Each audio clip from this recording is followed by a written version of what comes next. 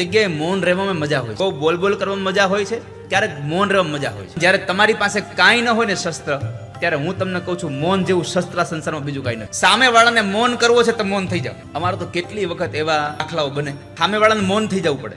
જમવા બેસો ને ત્યારે મૌન. તો કોઈકના ઘરે પ્રસાદ લેવા ગયા હોઈએ, ઠાકોર જમાડવા, તો એ પ્રસાદ લેવા ગયા હોય ને જમતા હોય ને ત્યારે આપણે કોઈ આમ ઓલા ઘરવાળા બધા પીરસવા આવે એટલે આપણે ના પાડીને આમ, એટલે ઘરમાંથી એક વ્યક્તિ આવે, એક તો લ્યો એમ, આમ મૌન માં કે એક તો લ્યો, આપણે ના પાડી કે ના, અરે પણ તું તો બોલ, તારે ક્યાં મૌન છે. મારે આટલું જ કેવું તમને કે એક માણસ મૌન રહી તો સામેવાળા માણસને મૌન રહેવાની ફરજ પડી જાય છે.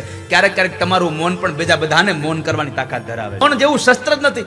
તમે કોઈકને પથ્થર મારો તો સામે પથ્થર મારે, તમને કોઈ બે ગાળ દે, બે ગાળ તમે સામે અપશબ્દ બોલો તો વળી પાછું બીજા બે બોલશે, પણ એ તમને બે બોલ્યા પછી તમે મૌન રહ્યો તો બીજી બે બોલશે, એના પછી બે બોલશે, પછી નહીં બોલ્યા ગઈ, કંટાળીને વયો જાહે. વૈખરી અને મધ્યમાં આ બે આપણા રોજબરોજના કામમાં આવતી વાણી છે. પરા અને પશ્ચંતી આ બે સંતોની વાણી છે, આ ઋષિઓની વાણી છે, આ મહાપુરુષોની વાણી છે, આ મૌનની ભાષા. સજ્જનોની વાત સાંભળીને આપણને જે શાંતિની અનુભૂતિ થાય એ પરા અને પશ્ચંતી વાણી છે. સાંભળવાથી પણ ઘણાને શાંતિ મળે.